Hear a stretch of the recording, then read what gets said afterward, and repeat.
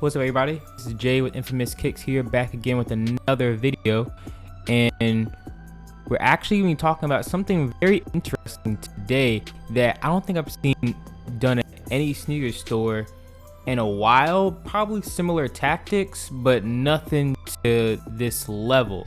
Before we continue on that, go and make sure that you're going to follow our Instagram.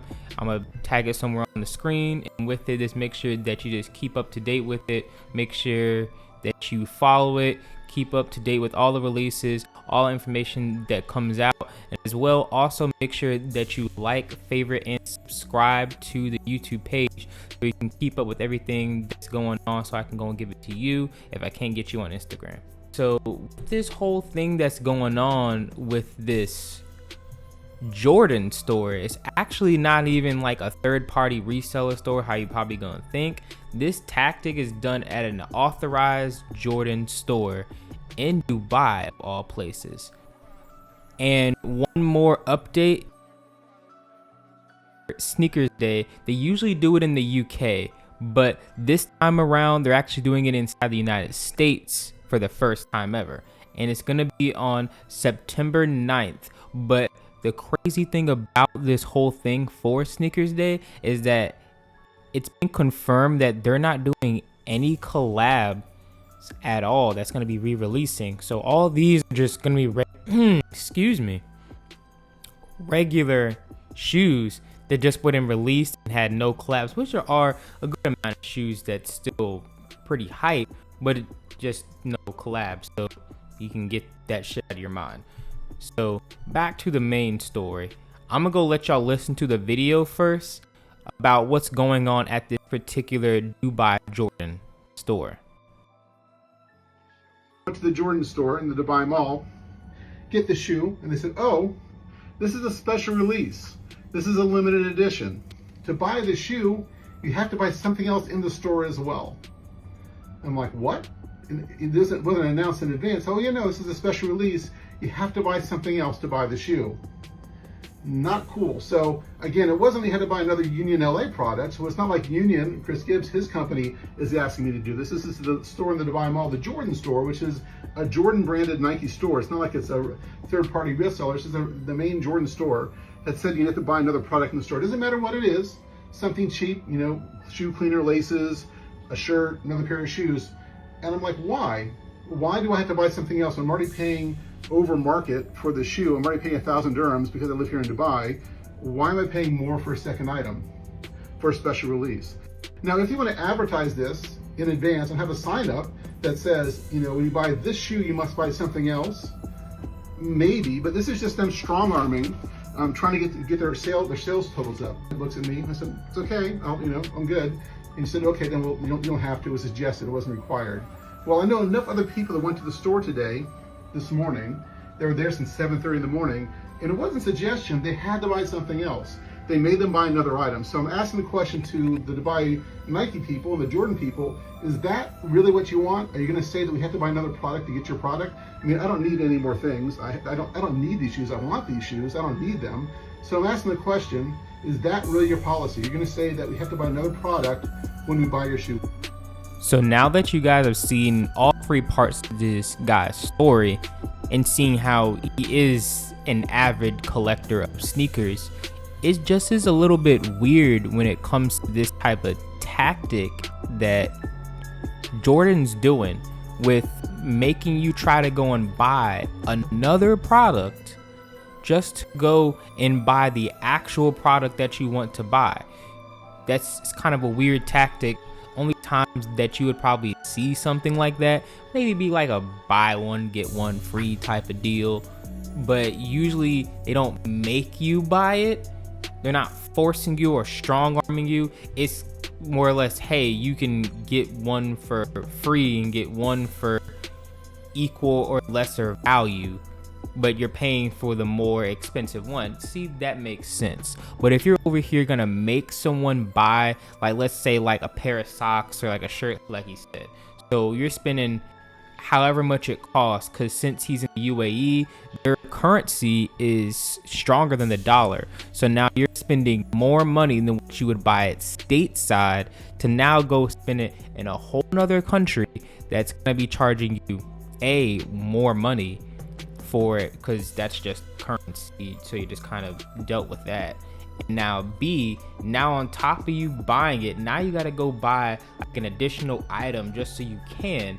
But now he goes and changes it up with the story to where they said, okay, now you over here, it was an option, but now you go to the next person, like he's saying in his story, and now it wasn't an option. Now it gets kind of confused on, so were you forcing people this whole time, or were you just trying to force me to try to get your sales numbers higher? Because it doesn't really make much sense either, because it kind of confuses the people who do shop there. And what if I didn't have that extra money? Now I can't afford to spend whatever I had originally. Now I gotta sit here and gonna go buy something extra, which I can't afford, to then go and try to be eligible just to buy what I want to buy in the first place. It's not like you guys aren't already making the money anyway. You make hand over fist when it comes to apparel, shoes, and all sorts of shit when it comes to Nike or Jordan brand. But this is the first time I've heard of it at an actual authorized Jordan store, or even if it was an authorized Nike store. It just sounds kind of odd to try to make that, because whenever you see anything like that, there was some stuff similar to it whenever it comes to like Finish Line. They do have some program, or maybe even other stores have programs to where the more money that you spend with the actual website itself, whether or not it's on the app or it's through the direct website, you earn points, and it makes you be a higher tier member, so you can go and get those exclusive rights to then go and be able to get this shoe early, or be able to go and get this particular item on release day, and you don't have to wait in so much of a line to then go and get it. But now with this, forcing it in store, I can kind of understand more on an app perspective, but in store seems a little bit egregious of them to go and do, seeing how it's coming from an authorized dealer. Let's think about this in an aspect of, what if this was just a testing for United States, Europe, and other markets? If you want to test out like a theory out there to go and see how it's doing within that market, then what if they're going to go and try to test it out in other markets as well? That's just their starting. And then from there, they're going to go and see, what if we sit here and try to make it to where you then have to go and spend an additional money, so we get even more profit on top of what you were already buying. So now you're buying 2 items instead of just getting that 1 item. But my question is, will this work in the United States market, or even like a European or like the Japanese or whichever market that you decide to go to? Will that tactic still work, and will people be as susceptible to it? Because we can sit here and look on the sneakers app now, and we can see Jordans, very prominent retro Jordans, just sitting. And when has that ever happened during the entire lifespan of sneakers? That's rare, not unless that shoe's just fucking ugly. Then it may sit, but usually it's not sitting. It's usually selling pretty quickly. It'll either be within the time it comes out, or it may come out like a shock drop and it's gonna sell out, or it may even be something that we all know, it comes out, boom, it's okay, doesn't really have much theme to it, and then people just kind of slowly get it, and it kind of lasts throughout the whole day. We've seen it happen a couple times, but not like it is now, to where shoes are just sitting for a while. And with it, if they do try to bring this over here to the United States, or UK, or anywhere else, will it still work?